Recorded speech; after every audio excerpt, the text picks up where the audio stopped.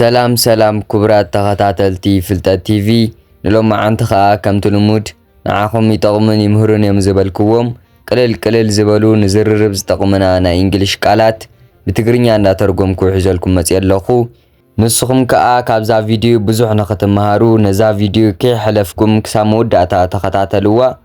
ካልእ ንዓይኒ ምትብባዕ ነዛ ቪድዮ ላይክ ናይዛ ቻነለይ ቤተሰብ ዘይኮንኩም ከኣ ቤተሰብ ንምዃን ሳብስክራይብ ብምግባር ጀምርዋ። ንሎም መዓንቲ ሒዘልኩም መፅእ ዘለኹ ፓርት 28 እያ ትኾን ዘላ ማለት እዩ።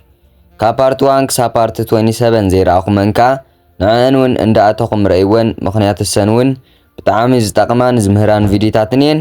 ሕጂ ናብ ናይ ሎም መዓንቲ ትምህርተይ ከብለኩም።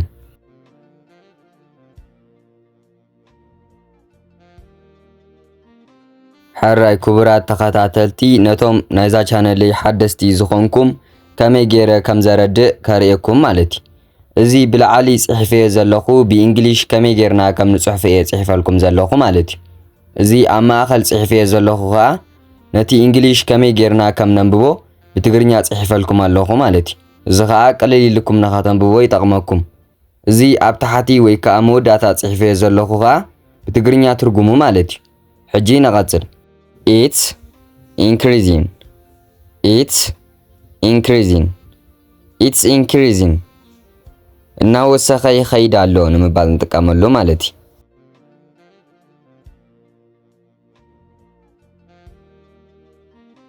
It's decreasing. It's decreasing. It's decreasing. እናቐነሰ ይኸይድ ኣሎ ንምባል እንጥቀመሉ ማለት እዩ።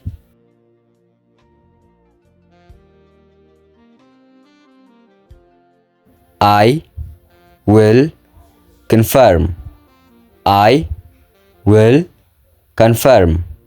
I will confirm. ከረጋግጾ እየ ንምባል እንጥቀመሉ ማለት እዩ።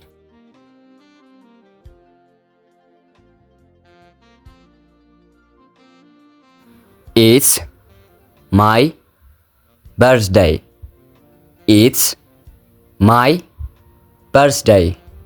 It's my birthday. ዕለተ ልደተይ እዩ ንምባል እንጥቀመሉ ማለት እዩ።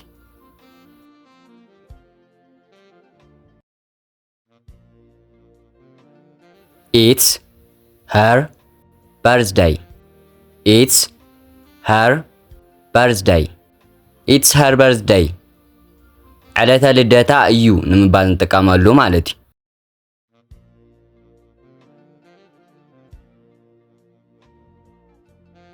It's his birthday. It's his birthday. It's his birthday. ዕለተ ልደቱ እዩ ንምባል እንጥቀመሉ ማለት እዩ።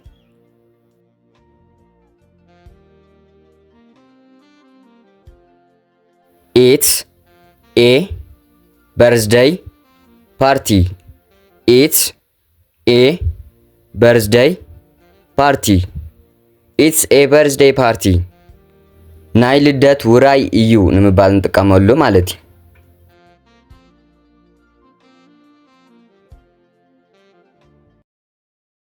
It's a wedding party. It's a wedding party. It's a wedding party. ናይ መርዓ ውራይ እዩ ንምባል እንጥቀመሉ ማለት እዩ።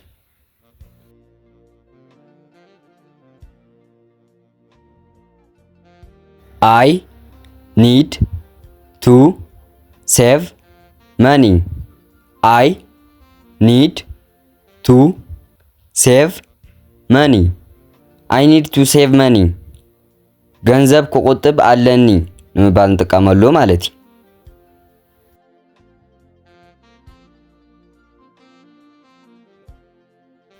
Don't interrupt me. Don't interrupt me. Don't interrupt me. ኣይተቋርፀኒ ወይ ከዓ ኣይተቋርፅኒ ወይ ከዓ ኣይተቋርፁኒ ንምባል እንጥቀመሉ ማለት እዩ።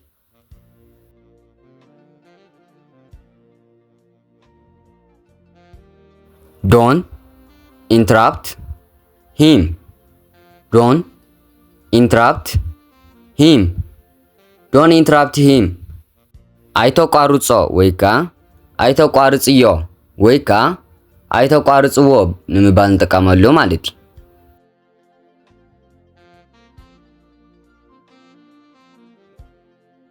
ሕራይ ክቡራት ተኸታተልቲ ፍልጠት ቲቪ ነዛ ቪድዮ ክሳብ ሕጂ ትርእይዋ ድሕር ኣሊኹም ፈቲኹም ኣለኹም ማለት እዩ። ስለዚ ንዓይ ንምትብባዕን ካልእ ኩሉ ግዜ ከምዚ ዓይነት መሃር ዝኾነ ቪድዮ ንኽሰርሓልኩምን ላይክ ኤንድ ሳብስክራይብ እንዳገበርኩም ኣተባብዑኒ።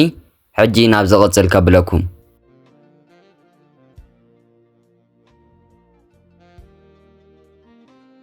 ዶንት ኢንተራፕት ሄር ዶንት ኢንተራፕት ሄር ዶንት ኢንተራፕት ሄር ኣይተቋርፃ ወይ ከዓ ኣይተቋርፅያ ወይ ከዓ ኣይተቋርፅዋ ንምባል ንጥቀመሉ ማለት እዩ።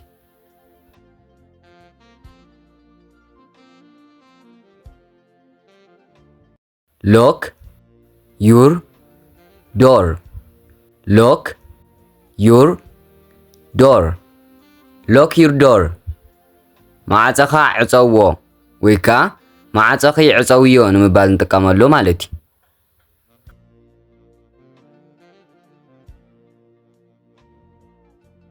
This is my last chance. This is my last chance. This is my last chance. እዚ ናይ መወዳእታ ዕድለይ እዩ ንምባል ንጥቀመሉ ማለት እዩ።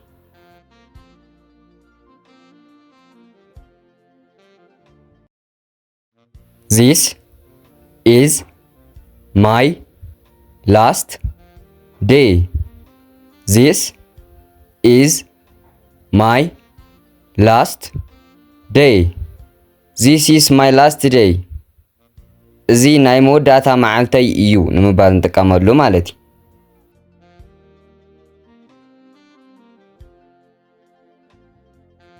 This is my final decision.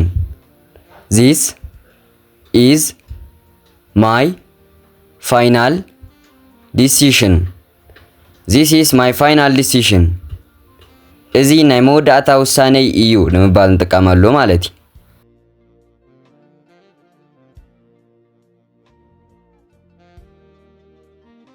You are selfish. You are selfish. You are selfish. ፈታዊ ነብሱ ኢኻ ወይ ከዓ ፈታዊት ነብሳ ኢኺ ንምባል ንጥቀመሉ ማለት እዩ።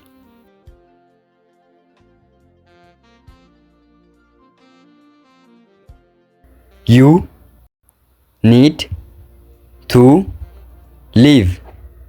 You need to live. You need to live.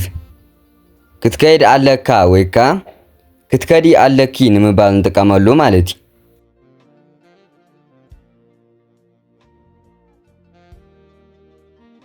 You can't force me.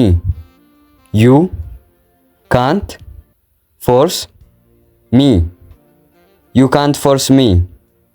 ከተገድደኒ ኣይትኽእልን ኢኻ ወይ ከዓ ከተገድድኒ ኣይትኽእልን ኢኺ ንምባል ንጥቀመሉ ማለት እዩ።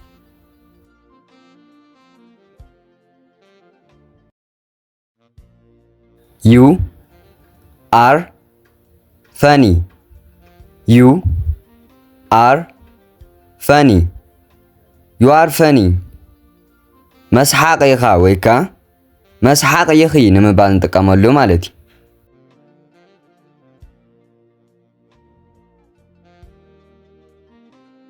Give me an example. Give me an example. Give me an example. ኣብነት ሃበኒ ወይ ከዓ ኣብነት ሃብኒ ንምባል ንጥቀመሉ ማለት እዩ።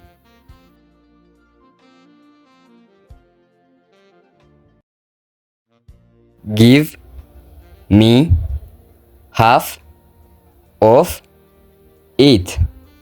Give me half of it.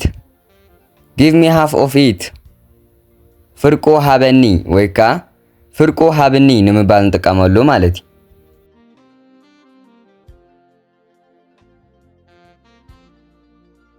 حراي كبرات تخطاتلتي فلتات تي في ካብ መጀመርታ ክሳብ መወዳእታ ሓቢርኩም ንስለ ጸናሕኹም ብጣዕሚ እንዳመስገንኩ ነዛ ቪድዮ ተፈቲኹማ ላይክ ብምግባር ወድእዋ ነዛ ቻነል ቤተሰብ ዘይኮንኩም ከዓ ቤተሰብ ንምዃን ሳብስክራይብ ግበሩ ንሎማዓንቲ ዝሓስኩ ኣብ ዝወድእ ኣለኹ ኣብ ዝቕጽል ብኻልእ ቪድዮ ክሳብ ንራኸብ ቻው